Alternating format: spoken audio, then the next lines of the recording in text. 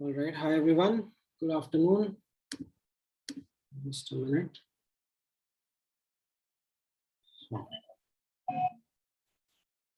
All right. So, last lecture में हम लोगों ने कॉम्प्लेक्स फर्स्ट ऑर्डर काइनेटिक्स भी देख लिए थे। आज एक्चुअली लेक्चर 6 हो गया। ठीक है। अच्छा, आप लोगों ने बुकलेट कहाँ तक देख ली है इसकी, केमिकल काइनेटिक्स की? सर हाँ बोलो। सर एक डाउट था। हाँ बोलो बोलो। सर लास्ट क्लास में आपने एक एंड में न्यूमेरिकल करवाया था, मेरे को उसकी कैलकुलेशन समझ नहीं आई। लास्ट क्लास में एंड में एक न्यूमेरिकल कहाँ पर था? ये वाला। हाँ यस सर, एक ही वैल्यू 1 आई, उसके आगे समझ नहीं आया आपने क्या किया। 3 इक्वेशन 3 वेरिएबल है ना। ये ए बी सी में ये पहली इक्वेशन है, ये दूसरी इक्वेशन है और ये तीसरी इक्वेशन है। Yes sir. 3 equation 3 variable solve कर लिए। सर मेरा आंसर अलग आया। पहले वाली थर्ड इक्वेशन से ए का वैल्यू बना रहा है। Yes sir. ठीक है। फिर यहाँ पर सब्स्टिट्यूट कर देंगे यस सर। तो बी प्लस सी कितना आ रहा है? 2। Yes sir. And B by C आ रहा है 1/2। 1/2। तो बी का वैल्यू 2/3 और सी का वैल्यू 4/3। सर मैं गलती समझ गया, मैंने वो C/1 लिखा हुआ था, C/2 है, सॉरी। ओके ओके, ठीक है। All right, any other questions based on our discussion from the last class? Sir जो फंडामेंटल इक्वेशंस है वो याद ही रखनी है। याद क्यों करनी है फंडामेंटल इक्वेशंस? इसीलिए तो मैंने बताई ताकि आप खुद से लिख पाओ। कुछ भी सिचुएशन में मॉडिफाई करूं तो आप उसका फंडामेंटल इक्वेशंस लिख पाओ, इसीलिए तो वो करवाई है। मतलब जैसे for example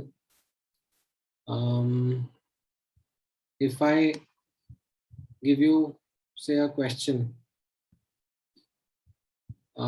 something in this form.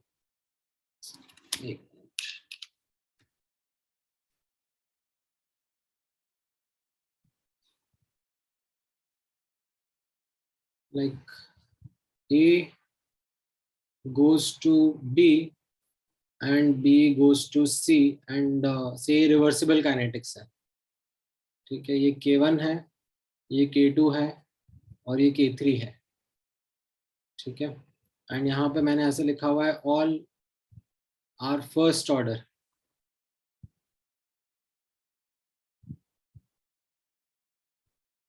तो अब आप मुझे फंडामेंटल इक्वेशंस बता सकते हो?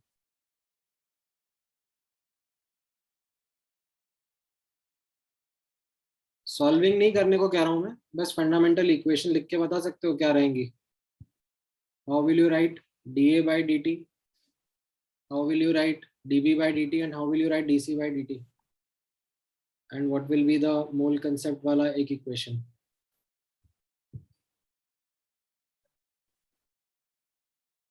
हो पाएगा? सर तो वैसे ही होगा ना, dA/dt is equal to -K1 A plus KBB। तो यहाँ पर आप देखोगे पहले रिएक्शन से ये कंज्यूम हो रहा है फॉरवर्ड से, इससे प्रोड्यूस हो रहा है। What about B? Sir K1A minus K2B। And -K3 B भी होगा ना, इससे हाँ भी यस सर। consume हो रहा है, right? And what about the third one, that is dC by dt? That will be equal to plus K3 times B. Concentration of the.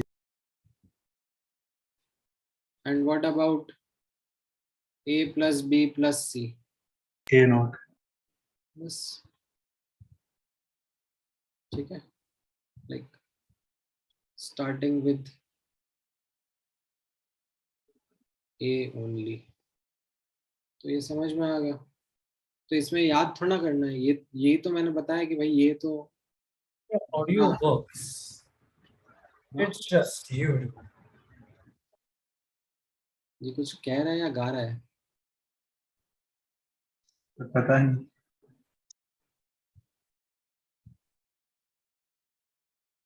Alright, समझ में आया कैसे लिखा है फंडामेंटल इक्वेशन? यस ठीक है, ग्रेट। नहीं नहीं, अज्यूम नहीं करना होता फर्स्ट ऑर्डर, वो इंफॉर्मेशन में लिखा हुआ होना चाहिए। That piece of information should be there in the question.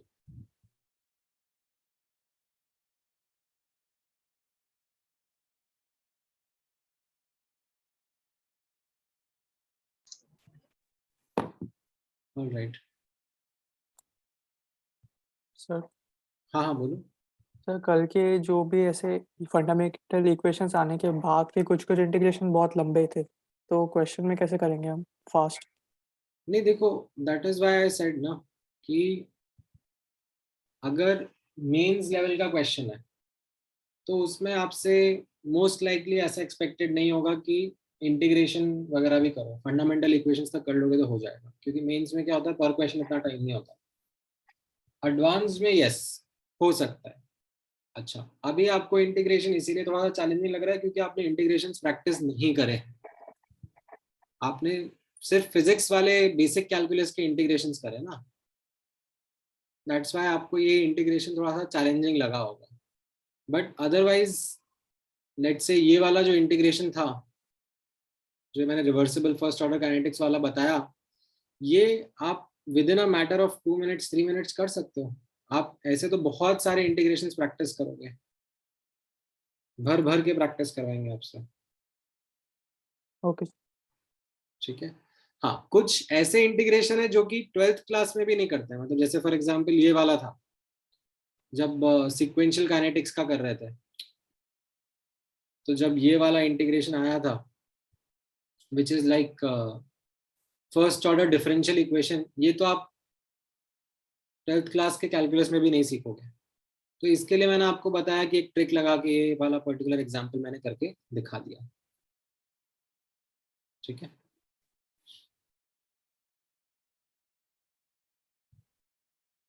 Alright, so coming back to where we were in the chapter, जैसा अपन ने स्टार्टिंग में डिस्कस किया था, दैट इज चैप्टर में हम लोग रेट ऑफ रिएक्शन क्या होता है and factors affecting rate of reaction के बारे में पढ़ेंगे। Now factors affecting rate of reaction में हम लोगों ने कॉन्सेंट्रेशन का फैक्टर अब काफी डिटेल में, काफी एग्जॉस्टिव तरीके से कर लिया है। ठीक है, उसके थोड़े बहुत क्वेश्चंस भी मैंने आपसे प्रैक्टिस करवाए हैं, राइट? थोड़े क्वेश्चंस आपने करे होंगे, बुकलेट से क्वेश्चन करें कि नहीं करें? थोड़े प्रैक्टिस कर रहे हो कि नहीं कर रहे हो?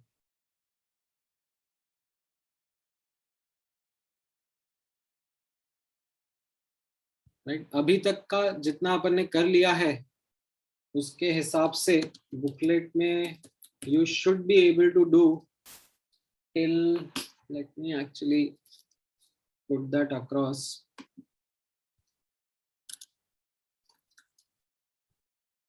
ठीक है, FBO में कहाँ तक कर सकते हो आप? क्वेश्चन नंबर 76 तक आप कर सकते हो, बीच में एक दो क्वेश्चन नहीं होंगे। ठीक है, वहां पे आप थोड़ा सा गड़बड़ा जाओगे। एंड FBS में आप कर सकते हो टिल क्वेश्चन नंबर 50।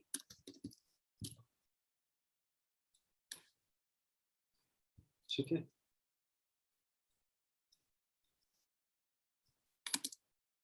इनमें से कुछ कुछ क्वेश्चन आपने बीच में ट्राई करे या बीच में नहीं ट्राई कर पाए क्वेश्चन वगैरह कुछ भी इसके?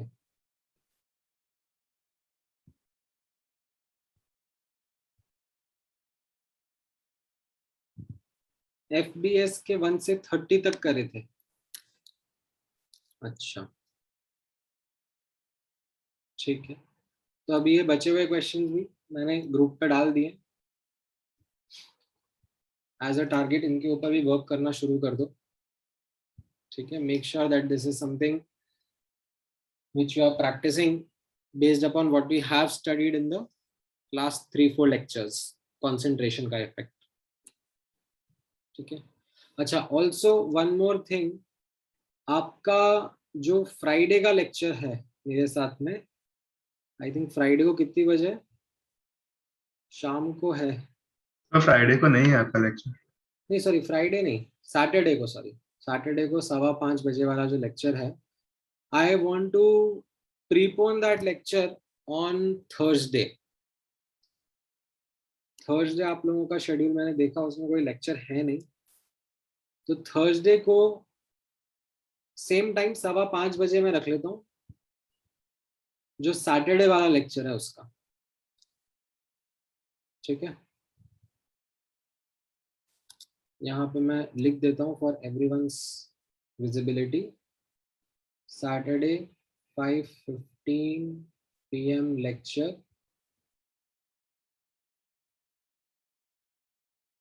preponed to Thursday 5:15 PM, ठीक है। नहीं सैटरडे मैं जा रहा हूँ कहीं पे, इसीलिए तो संडे मॉर्निंग नहीं ले पाऊंगा lecture.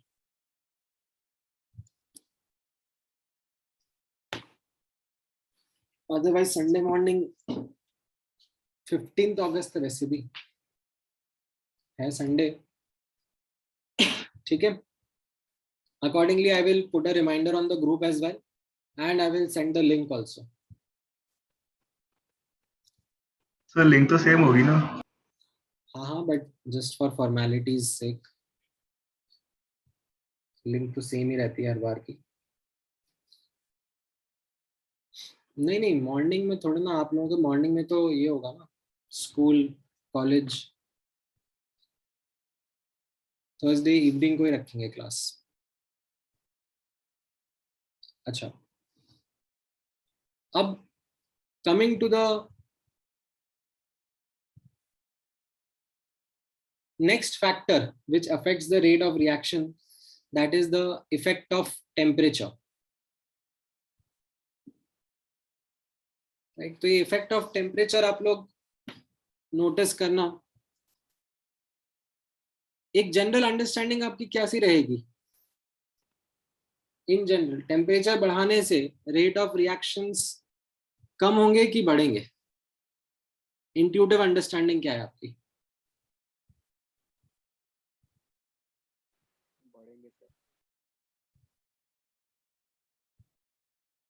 Correct, rate of reaction बढ़ जाते हैं, right? So this is something that we observe in kinetics, ठीक है। And let me actually make it as a starting highlight also, ठीक है। ध्यान से यहाँ पे नोटिस करना और डिफरेंशिएट भी करना, ठीक है। This is something which is very very important. ये आप केमिकल काइनेटिक्स चैप्टर में सीख रहे हो, ऑल्दो मैं इसका एक्सप्लेनेशन नीचे दूंगा आपको,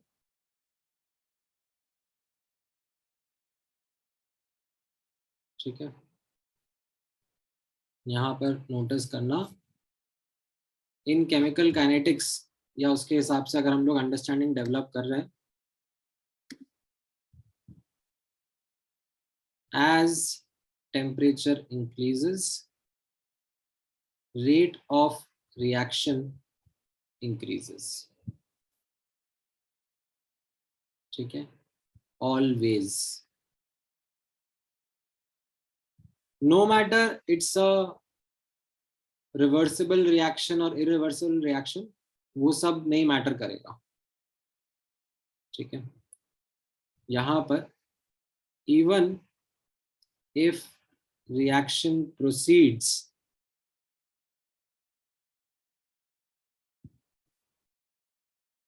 in forward as well as backward direction as temperature increases. Rate of forward as well as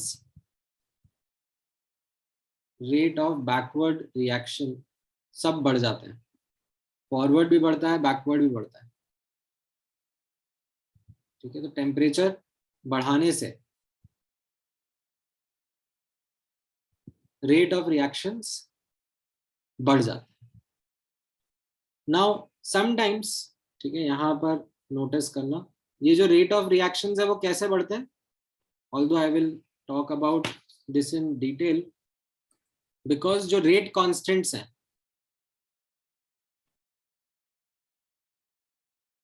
ठीक है, रेट कॉन्स्टेंट्स हम लोग ऐसे स्मॉल के से डिनोट करते हैं, K F and K B. Forward rate constant, backward rate constant, ये सब बढ़ जाते हैं. Now what I have seen is that sometimes students do get confused based upon what we had studied in chemical equilibrium. Chemical equilibrium में as temperature increases, आपने capital K के बारे में पढ़ा था. Do you remember capital K? Capital K was equilibrium constant, right? So as temperature increases, what about capital K? क्या पढ़ा था इसके बारे में आपने, equilibrium constant के बारे में? इंक्रीज होगा कि डिक्रीज होगा?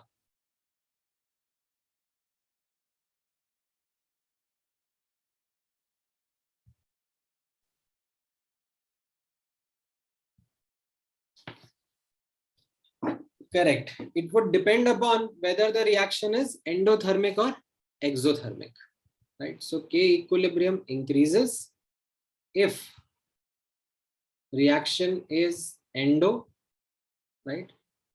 And K equilibrium can decrease also if reaction is exothermic. याद आ रहा है?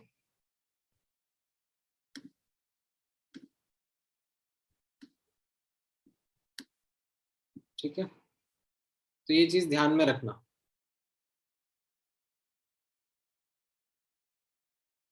Depending upon reaction, K equilibrium might increase or might even decrease.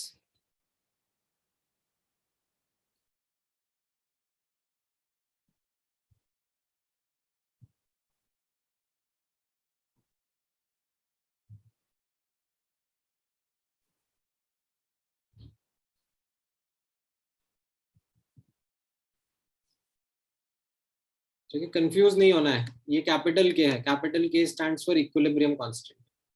Rate constants के साथ में कैसा रहता है? रेट कांस्टेंट जो है, those are represented by small K. वो हमेशा इंक्रीज ही होंगे, फॉरवर्ड जाओगे कि बैकवर्ड जाओगे.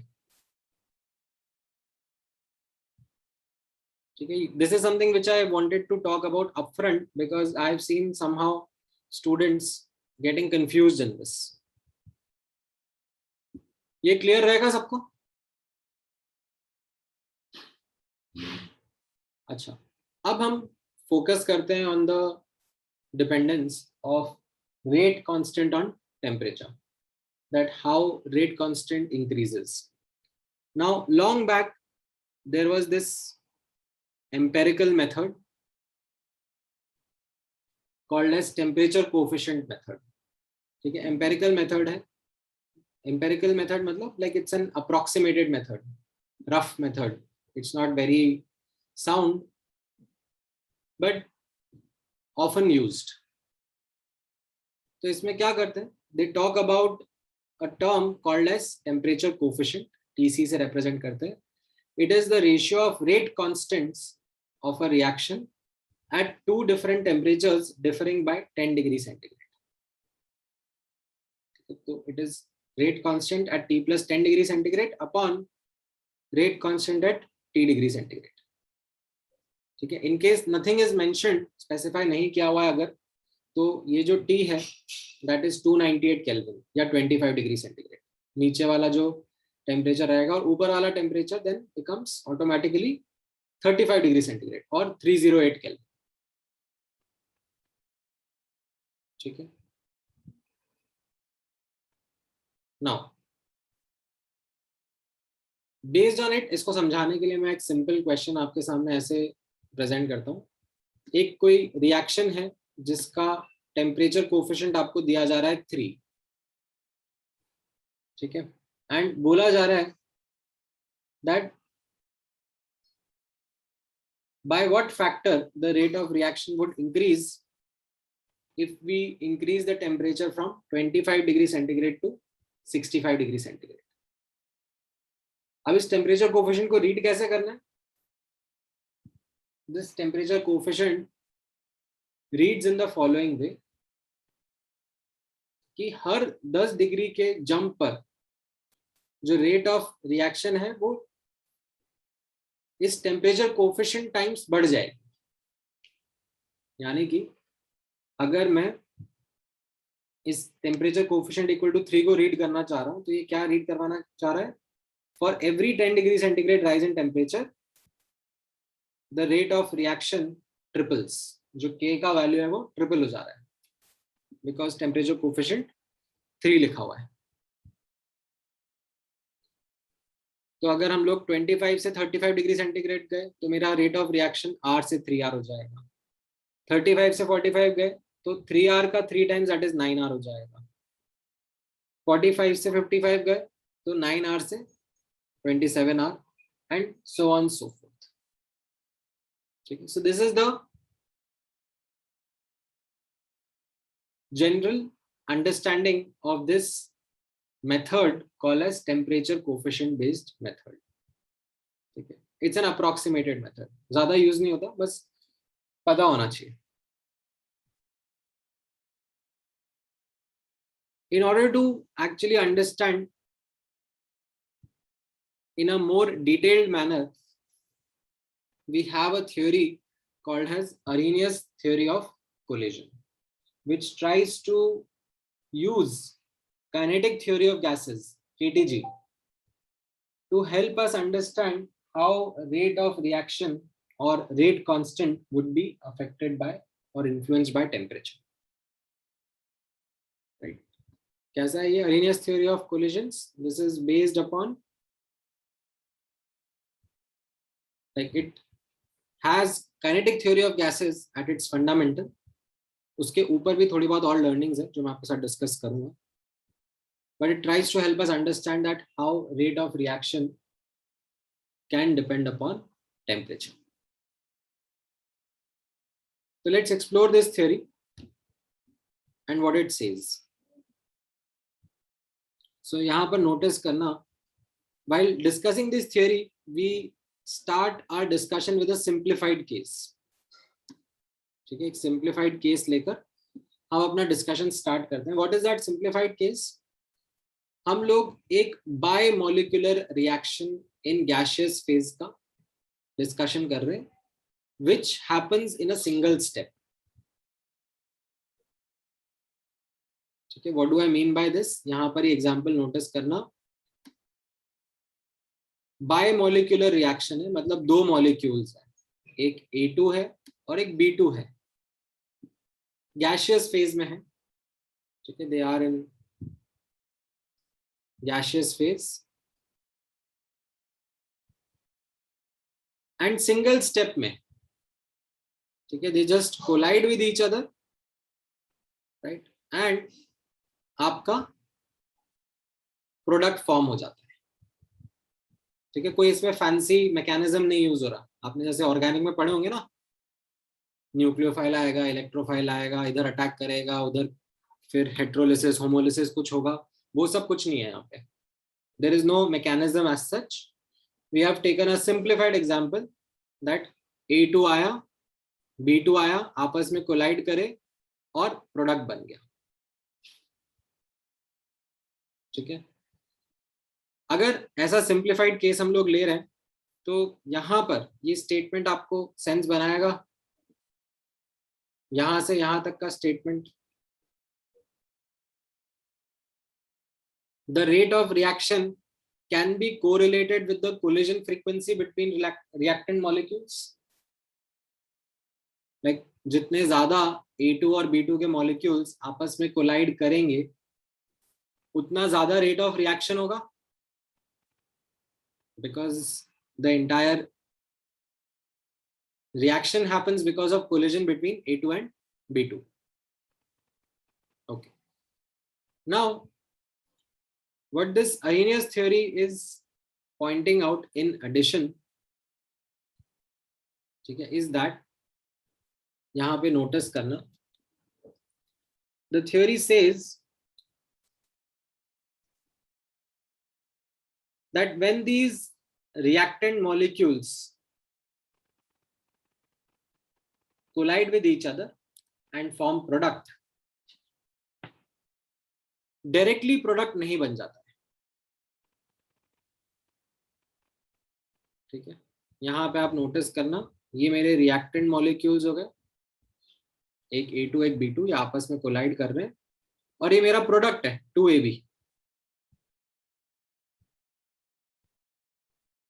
ठीक है।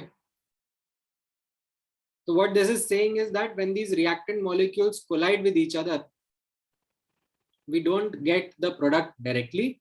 Rather, we go through something called as a transition state or an activated complex. ये वर्ड सुना हुआ है आपने पहले ऑर्गेनिक में? एक्टिवेटेड कॉम्प्लेक्स या फिर ट्रांजिशन स्टेट, राइट? ये रिलेटिवली एक अनस्टेबल स्टेट होता है as compared to reactants, as compared to products. This is a relatively unstable state, right? तो यहां पर हम लोग इसको कैसे रिप्रेजेंट कर रहे हैं? ये सिंप्लीफाइड केस में एक A2 का मॉलिक्यूल है, एक B2 का मॉलिक्यूल है, और ये जब आपस में एक दूसरे के पास में आते हैं तो देयर अराइजेस अ सिचुएशन जहां पर बॉन्ड्स फॉर्म हो रहे होते हैं, ब्रेक हो रहे होते हैं, ठीक है। All of that is happening together, right? And as a consequence, then the product is getting formed. So बीच में this state is an unstable transition state. इसमें bonds simultaneously break as well as form हो रहे होते हैं। इसको हम लोग activated complex भी कहते हैं, ठीक है। From an energy perspective, ठीक है, यहां पर नोटिस करना, इसको हम लोग कैसे ड्रॉ कर सकते हैं, राइट? आई एम श्योर आपने ये भी ऑर्गेनिक में सीखा होगा, राइट? इस चीज का एनर्जी डायग्राम आप लोगों ने बनाया हुआ होगा, राइट? कैसा होता है ये एनर्जी डायग्राम? यहाँ पे नोटिस करना, ठीक है, मैंने बनाया हुआ है एक साथ यहाँ पर। On the y-axis you have energy, and on the x-axis you have reaction coordinate. Reaction coordinate या reaction progress कहते हैं अपन इसको। स्टार्टिंग में रिएक्टेंट्स रहेंगे, एंड जैसे जैसे रिएक्शन प्रोसीड होता जाएगा तो एंड में क्या बनेगा? प्रोडक्ट्स, ठीक है। सो रिएक्टेंट्स है यहाँ पर A2 B2 एंड प्रोडक्ट्स है AB। नाउ यहां पर मैंने अज्यूम कर लिया है कि ये एंडोथर्मिक रिएक्शन है, दैट मींस ये जो प्रोडक्ट्स का एनर्जी है ये रिएक्टेंट से ज्यादा है, ये मैंने अज्यूम कर लिया। हैड आई अज्यूम्ड एक्सोथर्मिक तो फिर ये डायग्राम कैसा होता?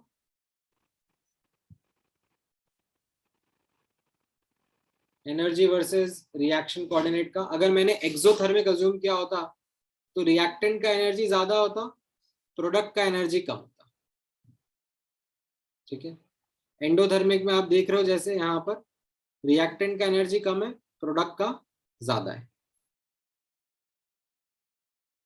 ठीक है। तो depends upon whether reaction is endothermic और एक्सोथर्मिक।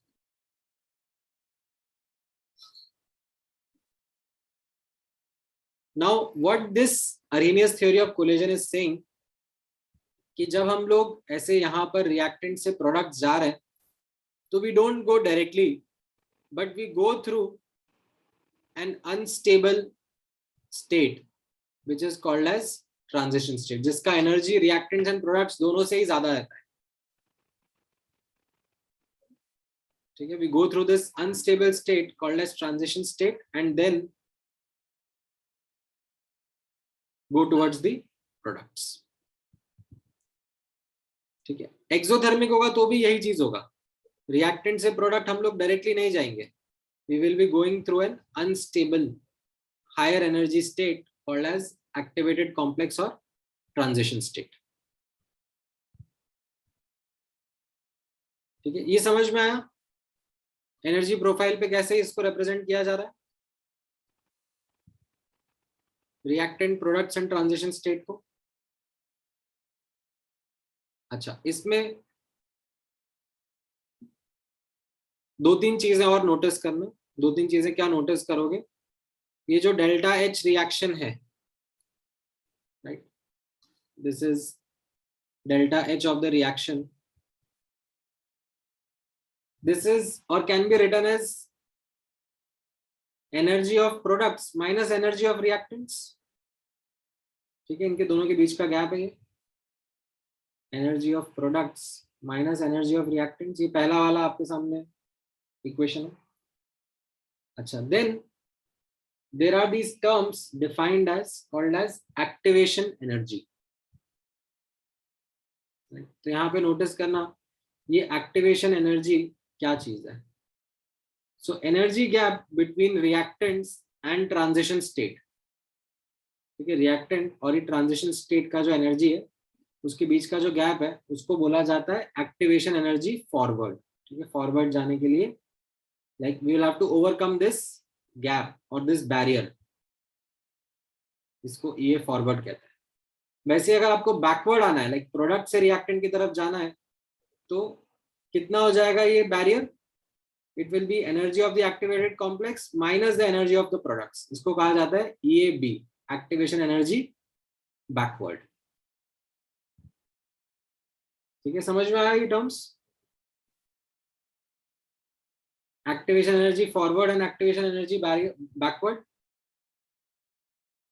राइट, मैं थोड़ी देर में नीचे यहाँ पे डेफिनेशन भी लिखवा दूंगा आपको दैट एक्टिवेशन एनर्जी का डेफिनेशन होता क्या है, बट डायग्रामेटिकली समझ में आ रहा है that it is the energy barrier और the energy gap that needs to be overcome to go from one side to the other side. Reactant से प्रोडक्ट अगर मुझे जाना है तो मुझे ये फॉरवर्ड वाला जो गैप है वो ओवरकम करना पड़ेगा. अगर मुझे प्रोडक्ट से रिएक्टेंट आना है, बैकवर्ड आना है, तो मुझे ये बैकवर्ड जितना एनर्जी गैप कवर करना होगा. ठीक है, ये समझ में आया इतना पार्ट.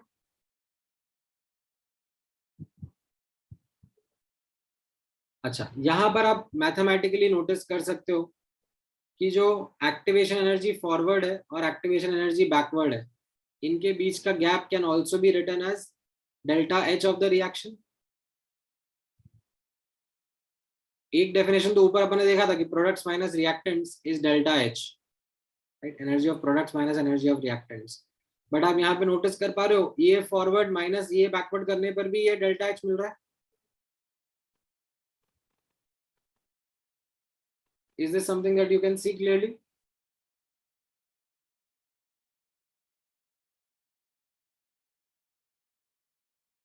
बताओ भाई.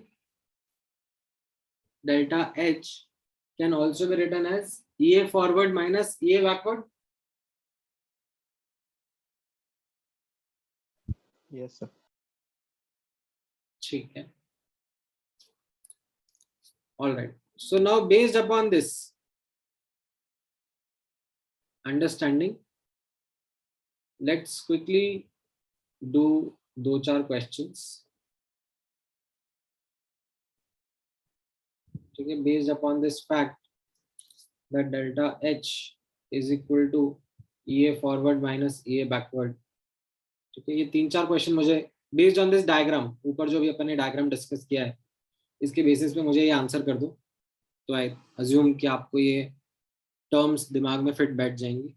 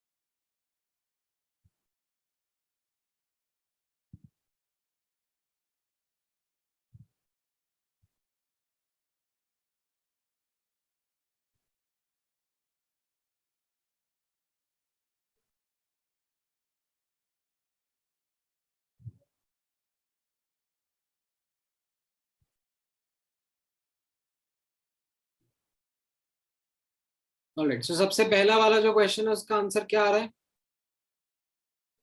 यहां पर बोला जा रहा है that you have an exothermic reaction and activation energy forward दिया है 80 kilo joule and heat of reaction है 200. मतलब एक्सोथर्मिक है तो ये नेगेटिव हो जाएगा, right. So delta H will be EA forward minus EA backward,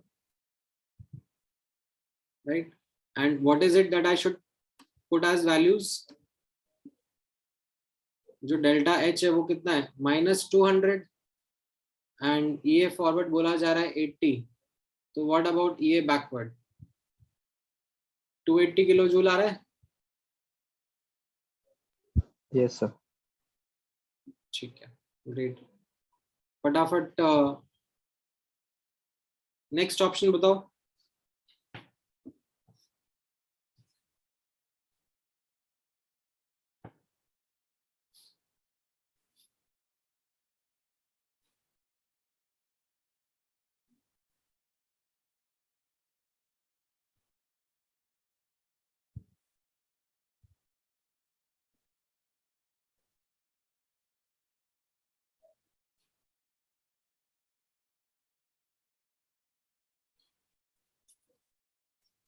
इसमें भी अब आप नोटिस करोगे -20 will be equal to 60 minus EA backward. तो कितना आ रहा है EA बैकवर्ड, 80 किलो जूल. अच्छा, नेक्स्ट वाले में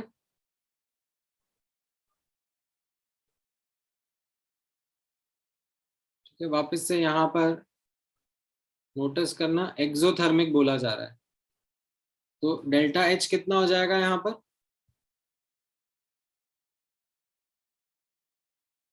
-30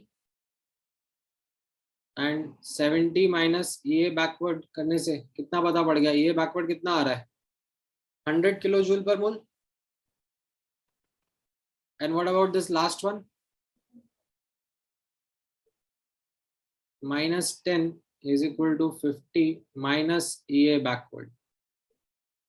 तो ये कितना आ जा रहा है, 60 किलो जूल पर मोल. ठीक है, बहुत ही माइनर से डिफरेंसेस हैं in the question, just some words, some English, some representation, right.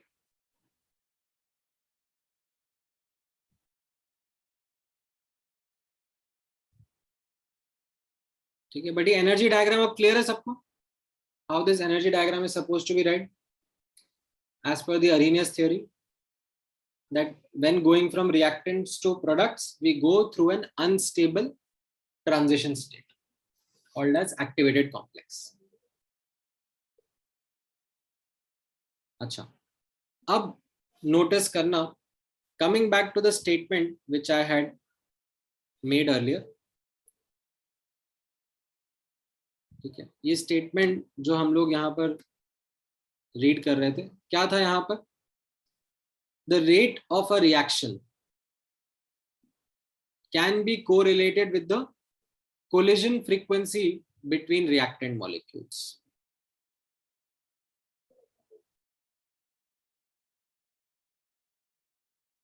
Now, अब इसके एडिशन में देखना है यहाँ पर क्या बोला जा रहा है.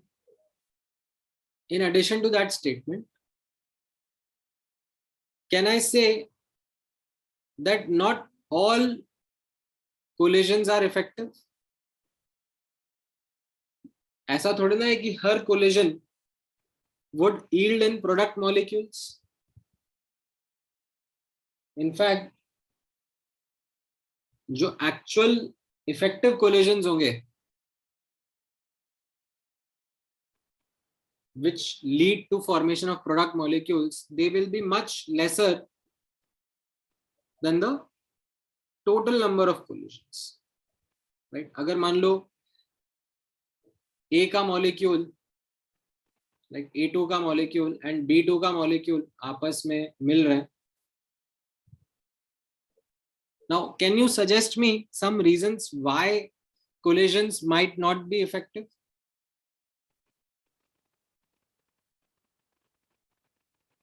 What could be a reason that a collision between A2 and B2 is not effective in producing product molecule? थोड़ा सोच सकते हो अपनी तरफ से.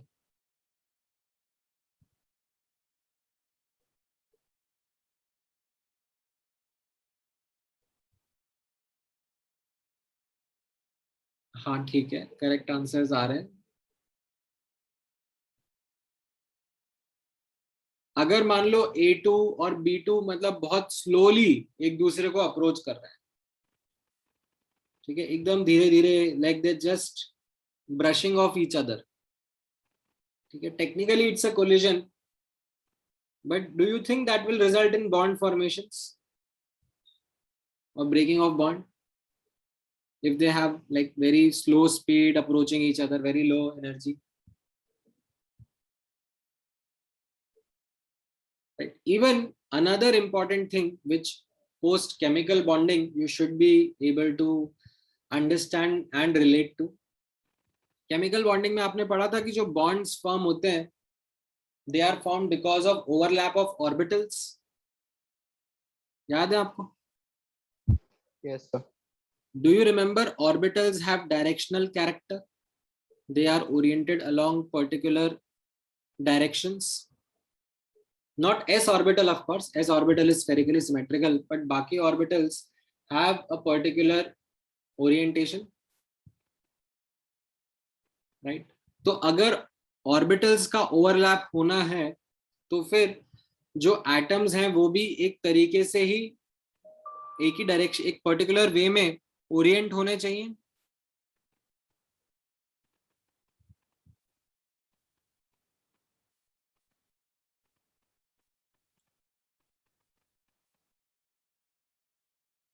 है कि नहीं? So that is what exactly happens over here. That is what leads to, notice करना यहाँ पर,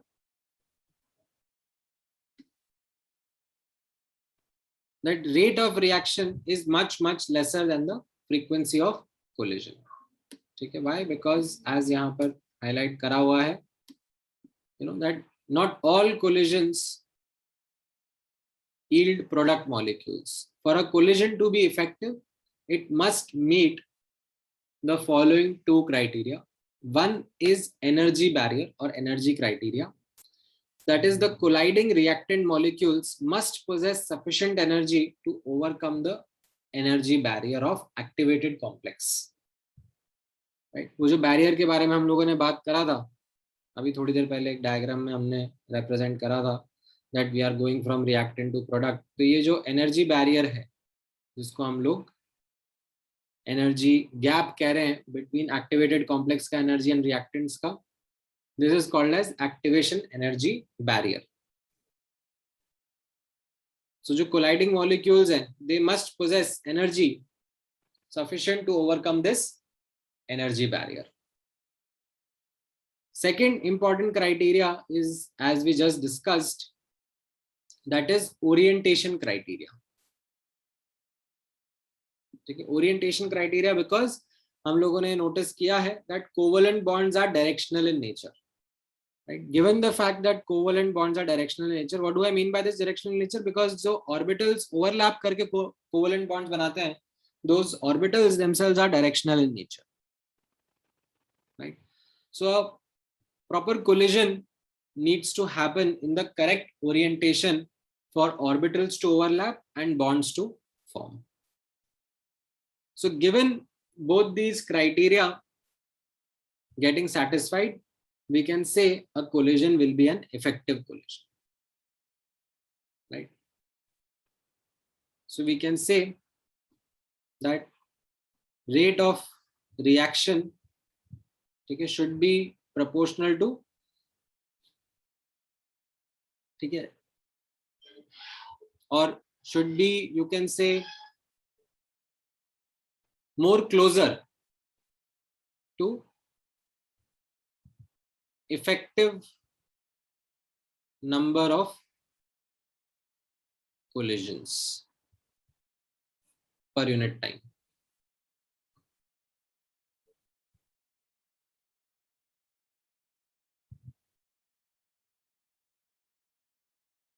Right? So how do I now calculate effective collisions out of the total collisions that are happening? तो उसके लिए अब Arrhenius theory ने थोड़ा maths लगाया.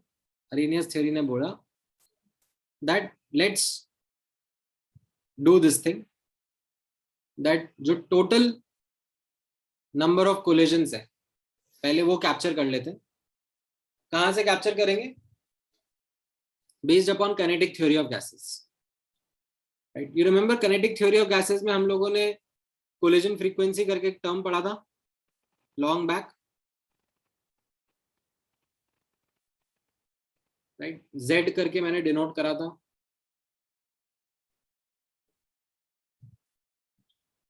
ठीक है, although वो हमने बहुत simplified case पढ़ा था.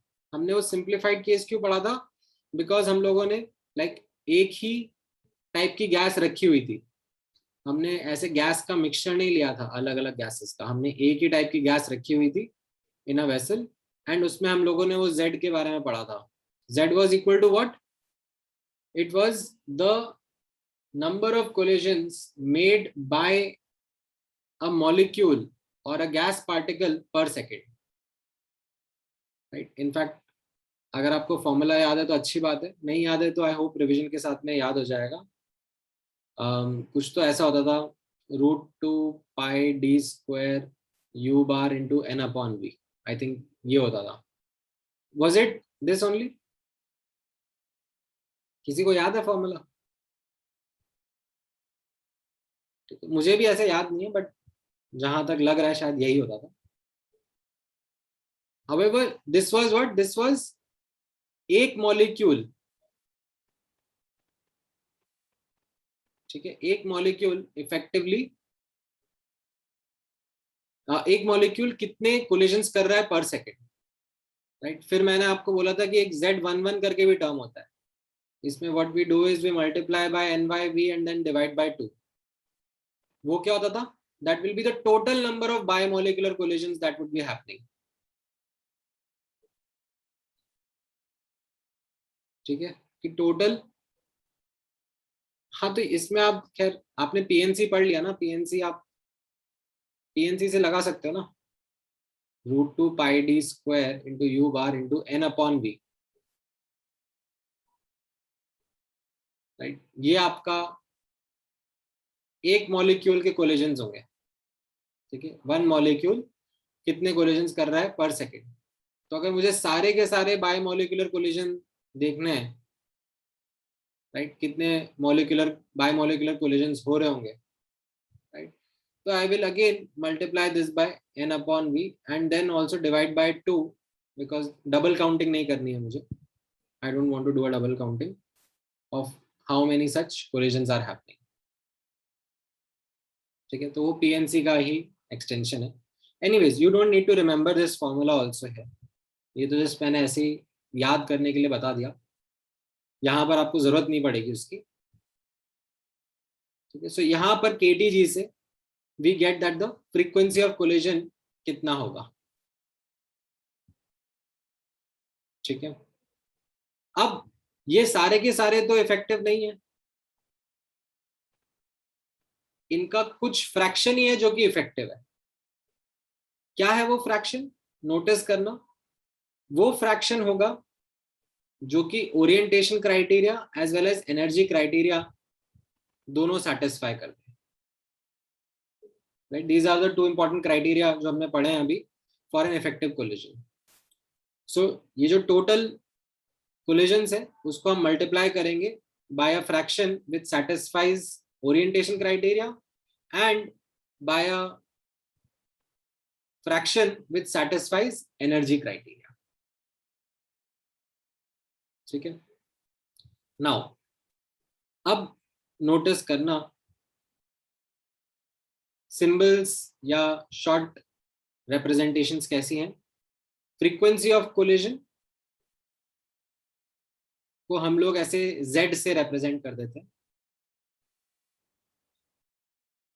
जो ओरिएंटेशन क्राइटेरिया है या ओरिएंटेशन फैक्टर जो है, ठीक है, fraction of which satisfy this orientation criteria, इसको हम लोग स्टेरिक फैक्टर नाम दे देते हैं, we call it steric factor,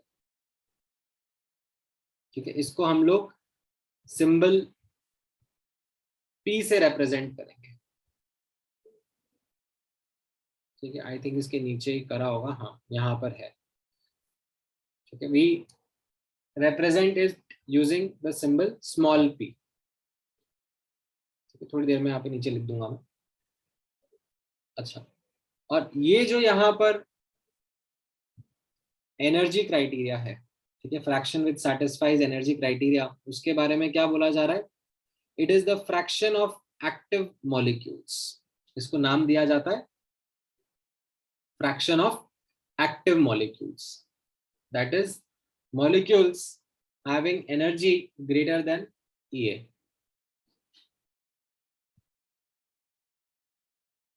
अब ये तीनों चीजों का एस्टिमेट KTG से करा जाता है, ठीक है। जो ये पहली वाली चीज है कोलिजन फ्रीक्वेंसी, ये काइनेटिक थ्योरी ऑफ गैसेस से एस्टिमेट करी जाती है। एंड ये दोनों क्राइटेरिया भी जो है orientation criteria and energy criteria, ये भी काइनेटिक थ्योरी ऑफ गैस से ही एस्टिमेट करे जाते हैं। Now if you remember some of the graphs and उसका नॉलेज जो हम लोगों ने KTG में देखा था, राइट। So you remember kinetic theory of gases में ऐसे 1/n dN/du वर्सेस u का ग्राफ होता था, ऐसा bell shape graph. And what did the area under the graph represent, याद आ रहा है किसी को?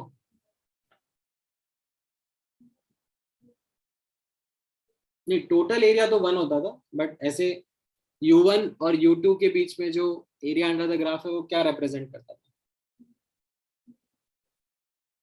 Fraction of molecules having speed between U1 and U2, right. तो वैसे ही एनर्जी का भी डिस्ट्रीब्यूशन रहता है, 1/n dN/dE वर्सेस E का ग्राफ भी अगर बनाया जाता है, ठीक है, जो एनर्जी है काइनेटिक एनर्जी है उसका डिस्ट्रीब्यूशन भी ऐसा ही बेल शेप कर्व आता है, right. And if I was to ask you what would be the fraction of molecules having energy greater than EA, then you will do the integration or calculate the area under the graph between EA and infinity.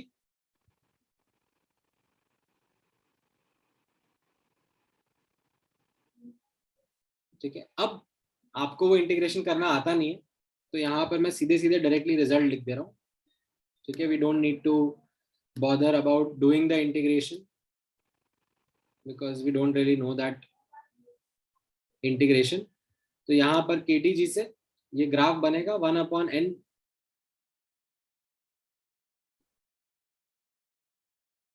dN by DE versus E का graph, and उस graph में ये जो activation energy है उसके आगे का जो एरिया रहेगा अंडर द ग्राफ वो कैलकुलेट कर लिया जाएगा, and that will represent the fraction of active molecules, that is molecules with energy greater than EA.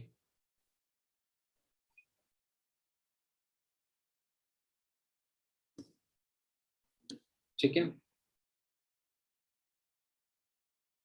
हाँ, we are considering kinetic energy. This is the energy that is important for us to overcome the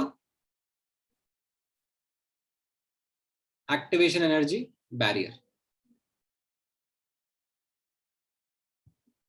ठीक है, अब इसका जो calculation है, ठीक है, वो सीधे सीधे मैंने यहाँ पे लिख दिया है. ठीक है, ये जो एरिया अंडर द ग्राफ आता है वो आ जाता है E की power minus EA upon RT. ठीक है, कैसा आता है ये? Upon integration. ठीक है, जो कि आपको नहीं आता है अभी. You don't know how to do that integration of speed distribution, या यहाँ पर एक्चुअली एनर्जी डिस्ट्रीब्यूशन.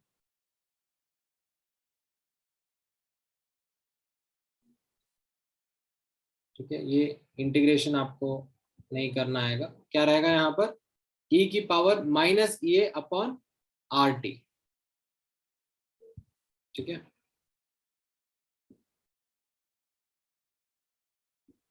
जो फ्रीक्वेंसी ऑफ कोलिजन है उसको हम Z से रिप्रेजेंट कर देंगे, एंड जो स्टेरिक फैक्टर है उसको हम लोग किससे रिप्रेजेंट कर रहे हैं?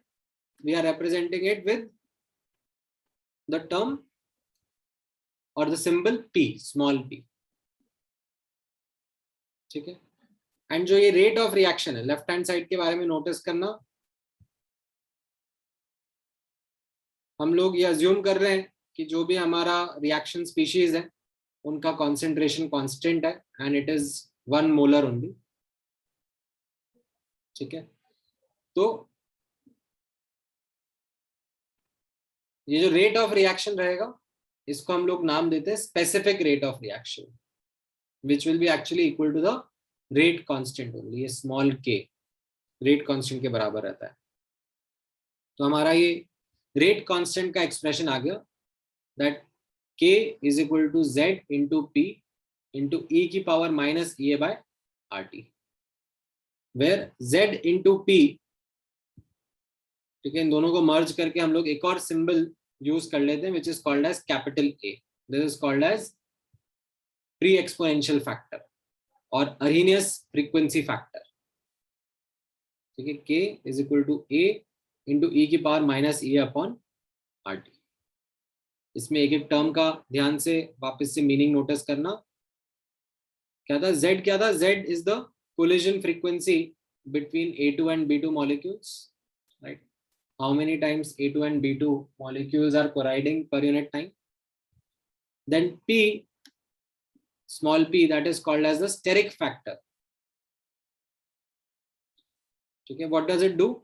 It captures the probability of correct orientation of collision. ठीक है, जो collision होगा वो proper orientation में होगा कि नहीं होगा, that probability is captured in this factor. Theoretically इसका value 0 से 1 के बीच में रहना चाहिए, right? Corresponding to an estimate, ठीक है, which is again taken from KTG. What is that estimate? It is the ratio of cross sectional area of collision to the general cross sectional area of collision. ठीक है, थोड़ा सा fancy language है ये, I guess समझ में नहीं आएगा इतना easily, but what it is basically trying to say is that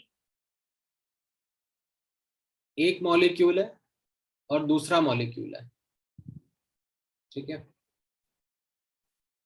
they are going to collide with each other, right? तो हम लोग कैसा बोलते हैं कि ये जो मॉलिक्यूल है इसको रेफरेंस लेकर इसके अराउंड हम लोग ऐसे एक डैश्ड रीजन बना लेते हैं और बोल देते हैं कि इस डैश्ड रीजन में अगर दूसरे एटम का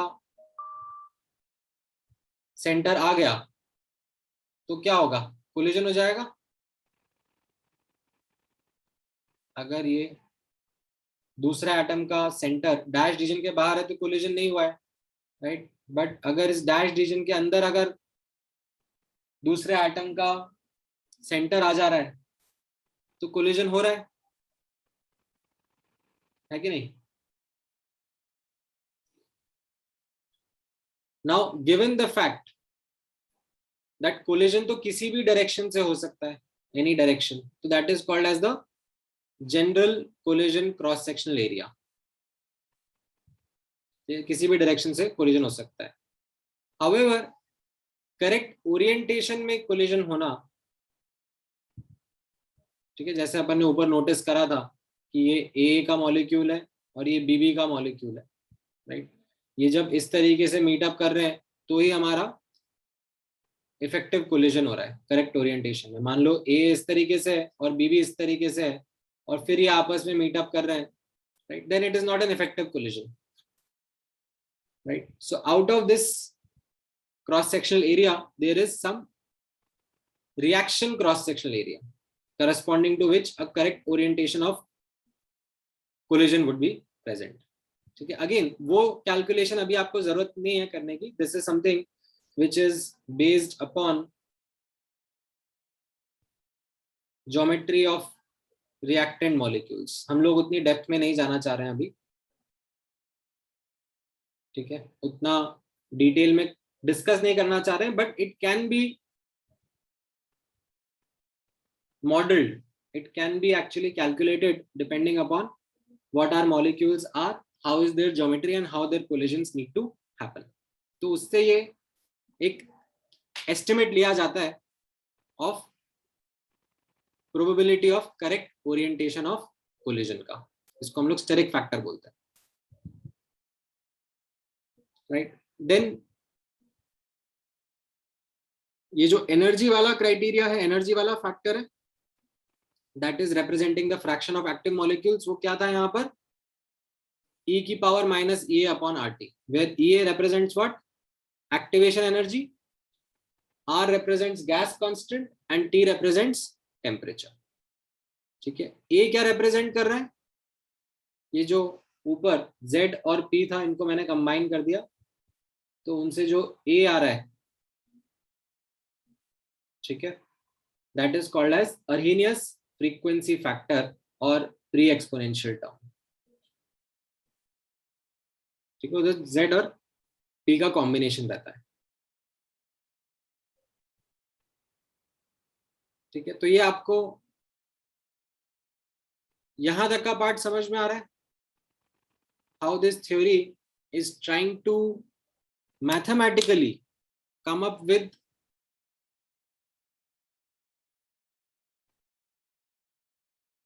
an estimation of rate of reaction,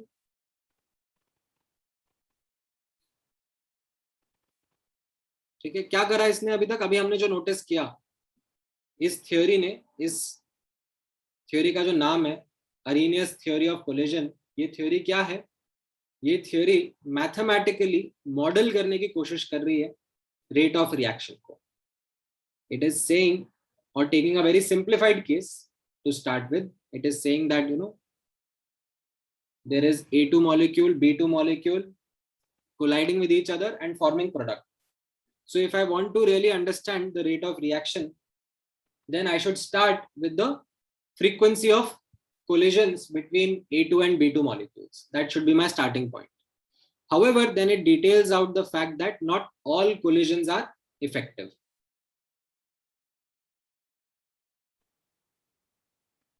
There are some important criteria of effective collision, namely two.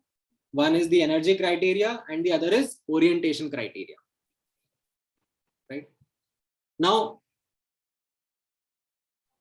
based upon kinetic theory of gases, we can get mathematical estimates of what will be the frequency of collision, what will be the fraction of collisions that will be satisfying the orientation criteria, and what would be the fraction of collisions that will be satisfying the energy criteria, right?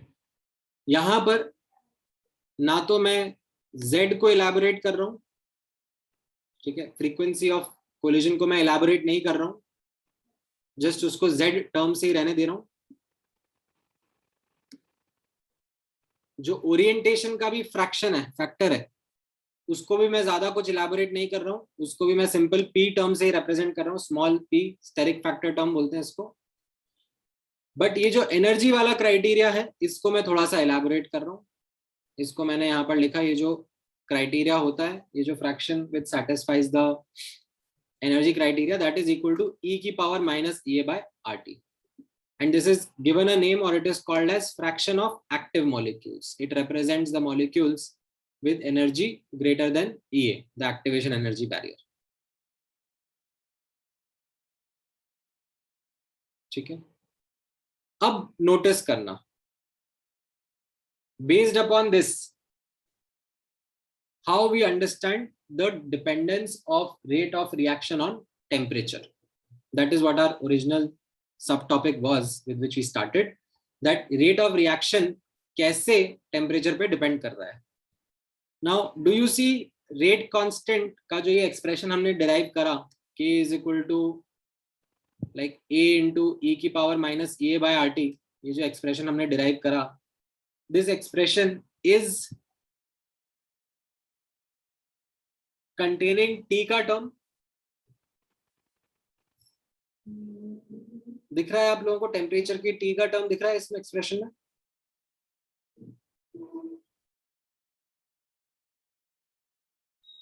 अब यहां पर आप notice करोगे, ठीक है, ध्यान से यहां पर ऑब्जर्व करना,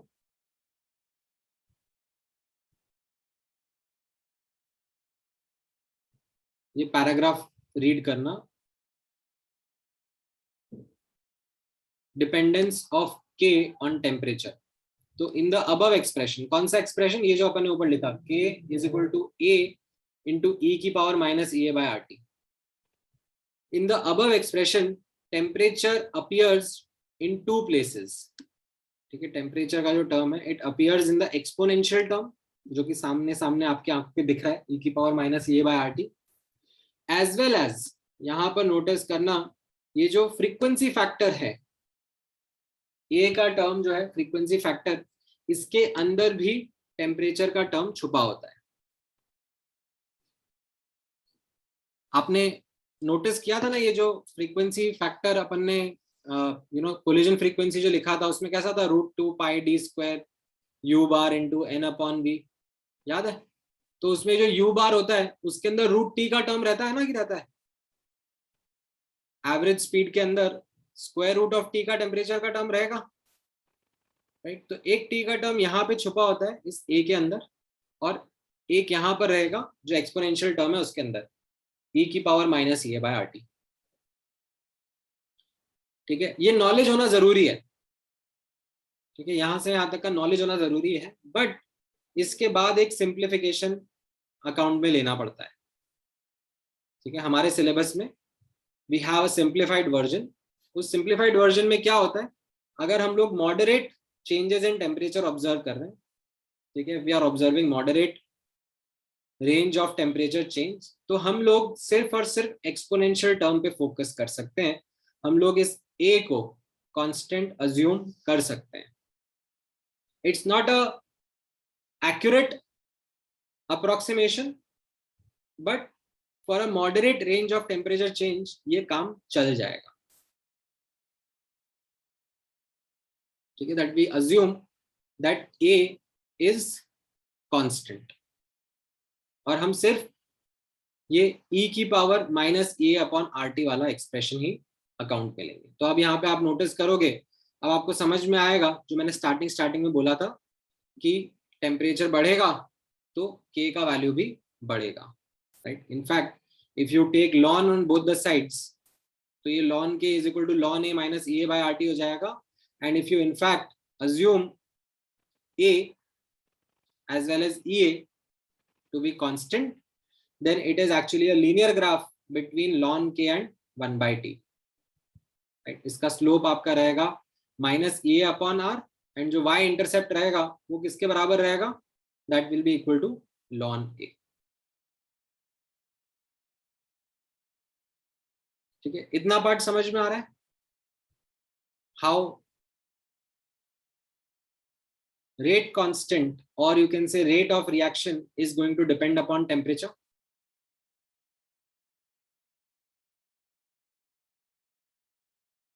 इसमें किसी को कोई doubt?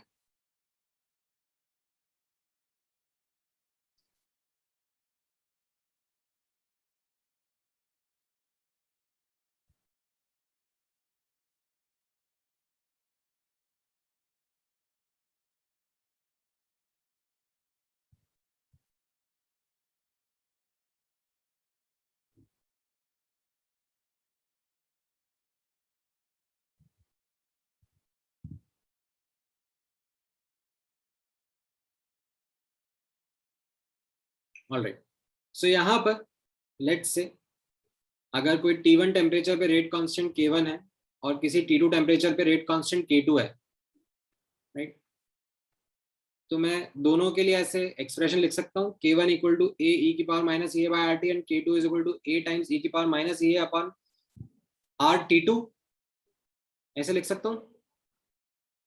And then if I divide and like take the ln, ठीक है, rather than actually writing this, मैं दोनों का लॉन लिख देता हूँ, ठीक है. आई कैन राइट लॉन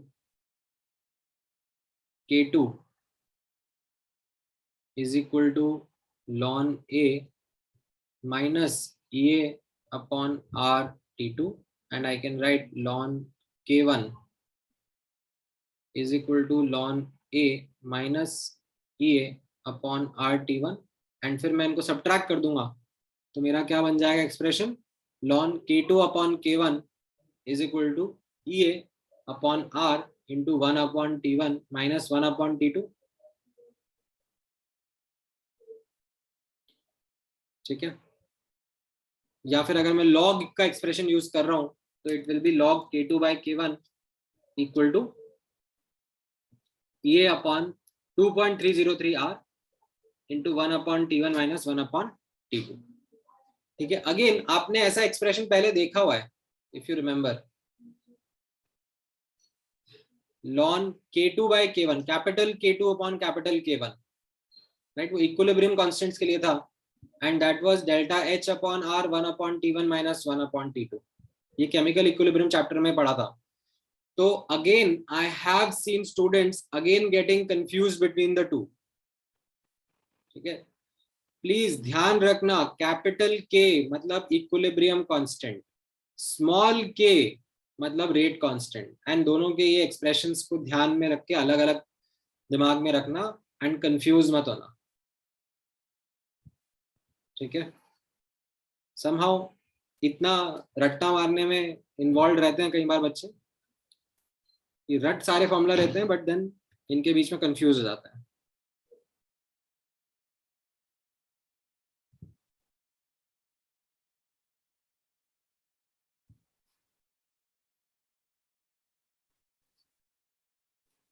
ठीक है, लिखा है, क्लियर है?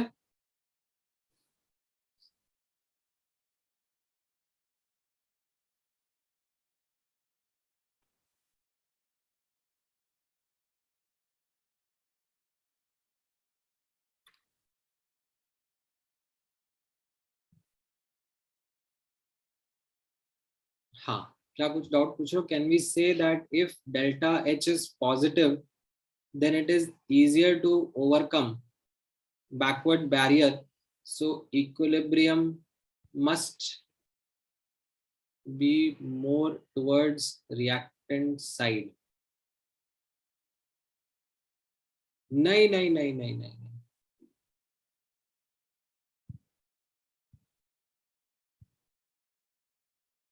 ऐसा नहीं है. Equilibrium must be, एक मिनट, अच्छा आप क्या कहना चाहते हो? Let me actually double think on this. If delta H is positive then the barrier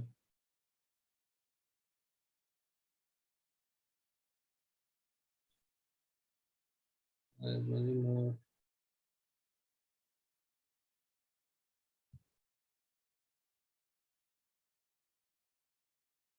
Well, okay, ऐसा नहीं है यश, यहां पर आप नोटिस करना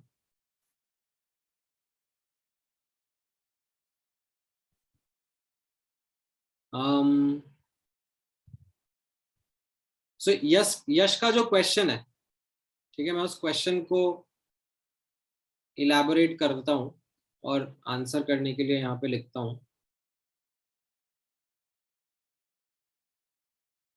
ठीक है, यहां पर आप नोटिस करना यश, जो के इक्विलिब्रियम होता है वो, अगर मैं एक सिंपल रिवर्सिबल रिएक्शन के बारे में बात कर रहा हूं, हमने थोड़ा टाइम पहले लास्ट क्लास में डिराइव किया था के इक्विलिब्रियम विल बी के फॉरवर्ड अपॉन के बैकवर्ड।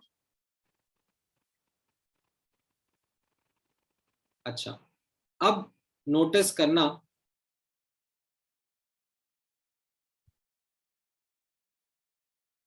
ठीक है, अगर रिएक्शन एंडोथर्मिक है, ठीक है, एंडोथर्मिक रिएक्शन में क्या होता है, I can say that EA forward will be greater than EA backward.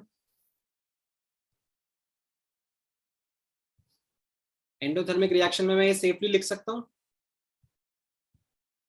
EA forward is greater than EA backward. तो अब अगर हम लोग टेम्परेचर बढ़ाएंगे तो दोनों के फॉरवर्ड के बैकवर्ड बढ़ते हैं, ये भी बढ़ता है और ये भी बढ़ता है, बट जिसका EA ज्यादा है, यहाँ पे आप नोटिस करना, जिसका EA ज्यादा होगा उसका स्लोप भी ज्यादा होगा। ठीक है, तो क्योंकि EA फॉरवर्ड ज्यादा है as compare to EA backward, तो टेम्परेचर बढ़ाने पर के फॉरवर्ड ज्यादा इंक्रीज करेगा as compare to K backward, and as a consequence overall K equilibrium की वैल्यू क्या हो जाएगी, बढ़ जाएगी। समझ में आया?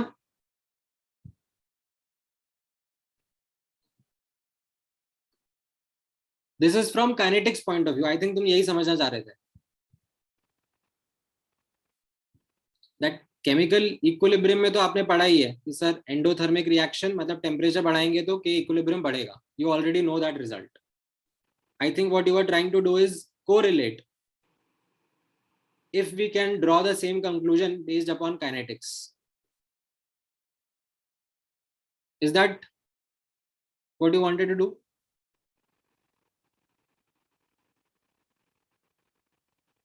ठीक है, इसी तरीके से अगर आप एक्सोथर्मिक रिएक्शन के बारे में बात करोगे, right, if you have an exothermic reaction, तो एक्सोथर्मिक रिएक्शन में कैसा रहेगा, EA forward will be less than EA backward. ठीक है, अब अगर मैं टेम्परेचर बढ़ाऊंगा तो दोनों बढ़ेंगे, के फॉरवर्ड भी बढ़ेगा और के बैकवर्ड भी बढ़ेगा, बट के बैकवर्ड ज्यादा बढ़ जाएगा बिकॉज उसका एक्टिवेशन एनर्जी बैरियर ज्यादा बड़ा है। More the EA backward, like more is the slope, more is the sensitivity to the temperature. ठीक है, तो के भी ज्यादा बढ़ जाएगा और के एफ कम बढ़ेगा, दोनों बढ़ेंगे ही सही, बट के भी ज्यादा बढ़ जाएगा। तो फिर क्या हो जाएगा ओवरऑल वैल्यू के बारे में, what will happen to the equilibrium constant, as temperature increases it will decrease ना।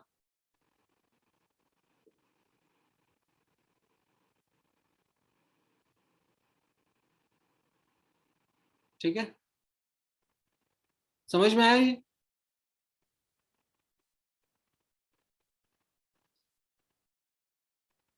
ऑलराइट, ठीक है, इस कॉन्सेप्ट पर वैसे बुकलेट में क्वेश्चन है भी सही, आप ट्राई करोगे तो आपको मिलेगा। ठीक है, not exactly in the same words but there are few questions in the booklet based upon this conceptual understanding.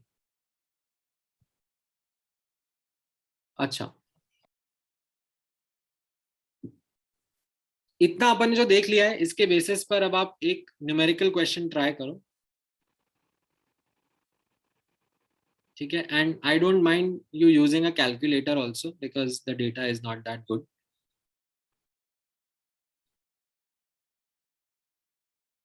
ठीक है, ऐसा लिखा हुआ है log k is equal to 14.39 minus 1.25 into 10 की पावर 4 अपॉन t.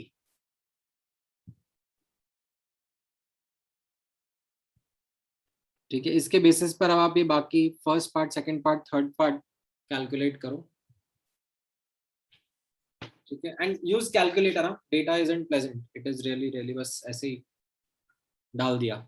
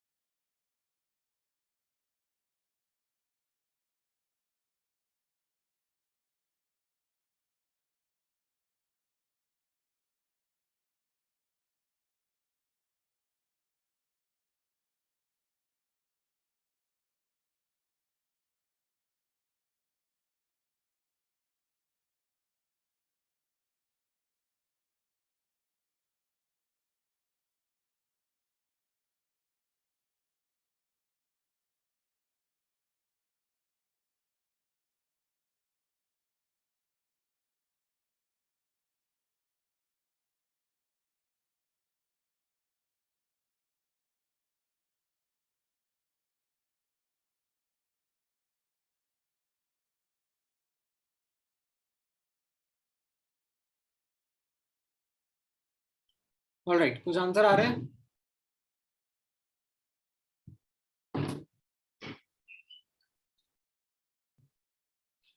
कंपैरिजन करना है आपको लॉग के और ये वाला एक्सप्रेशन का, तो उससे आपको ये समझ में आ जाएगा। ये comes out around 239 kilo joule, ठीक है, right. Then temperature at which half life is 256 minutes, तो यहाँ पर आप हाफ लाइफ जो होगा that will be ln 2 upon K, and वो जो मिनट्स है उसको सेकंड में कन्वर्ट कर लो, बिकॉज ये एक्सप्रेशन जो है उसके लिए के का यूनिट सेकंड इनवर्स दिया जा रहा है, तो उससे आप के का वैल्यू निकाल लो और उस के वैल्यू को सब्स्टिट्यूट करके टेम्परेचर निकाल लो, ठीक है। तो that comes around I think based upon solving 670 kelvin के आसपास आ जा रहा है। एंड देन जो थर्ड पार्ट है, what is the fraction of active molecules, ठीक है। अच्छा, इसमें फर्स्ट ऑर्डर बोला हुआ था ना, हाँ फर्स्ट ऑर्डर बोला हुआ था, ठीक है। The fraction of active molecules at this temperature कितना हो जाएगा? What is the formula for fraction of active molecules? ये अभी अपन ने ऊपर देखा, इट इज e की power minus A upon R T. तो आपने टेम्परेचर निकाल लिया, एक्टिवेशन एनर्जी फर्स्ट पार्ट से निकाल लिया, सब्स्टिट्यूट करा and you come up with the answer. यहां तक का पार्ट क्लियर है ये?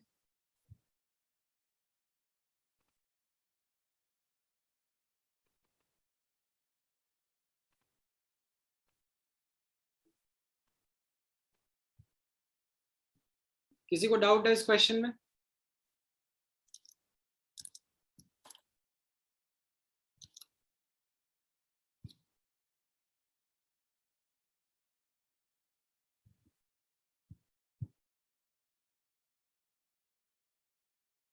ठीक है, एक दो और न्यूमेरिकल्स हैं, वो मैं आपको नेक्स्ट क्लास में करा देता हूँ। नेक्स्ट क्लास में विद सम न्यूमेरिकल्स थोड़े से मैं आप लोगों के साथ में बुकलेट के भी डाउट्स वगैरह आपके डिस्कस कर लूंगा, ठीक है। तो नेक्स्ट क्लास हम लोग इफेक्ट ऑफ टेम्परेचर के कुछ questions, effect of catalyst and some booklet doubts and discussion, ठीक है। ध्यान रखना थर्सडे को मैं ग्रुप पे भी आपको रिमाइंड कर दूंगा, ठीक है। किसी को कुछ पूछना है, एनी क्वेश्चन?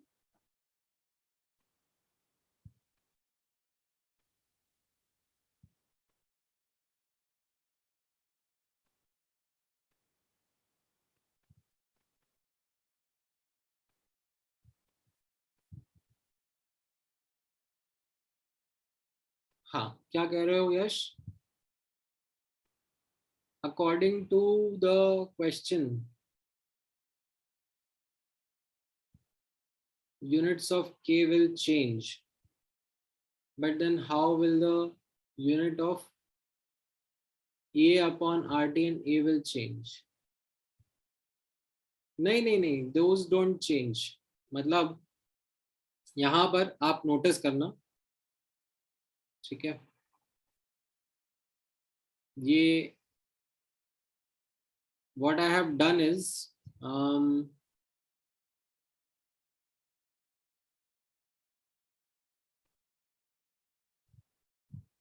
जो यूनिट्स हैं, ठीक है, आई थिंक मैंने यहाँ पर ऊपर शायद यूनिट्स के बारे में मेंशन नहीं करा, ठीक है, बट के यूनिट्स और ए के यूनिट्स, ठीक है, ये सेम रहेंगे, ठीक है। e की power minus A by R T as a whole term will not have any units, right. E का यूनिट्स ऐसा यूनिट में आप लिखोगे तो जूल पर मोल, R का joule per mole kelvin and temperature is in kelvin,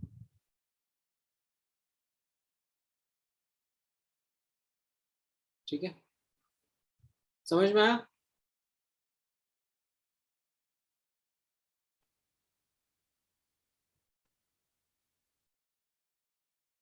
ठीक है, alright, चलो फिर नेक्स्ट क्लास में यहीं से कंटिन्यू करेंगे। और किसी को कुछ पूछना है, एनी क्वेश्चन, एनी कंसर्न?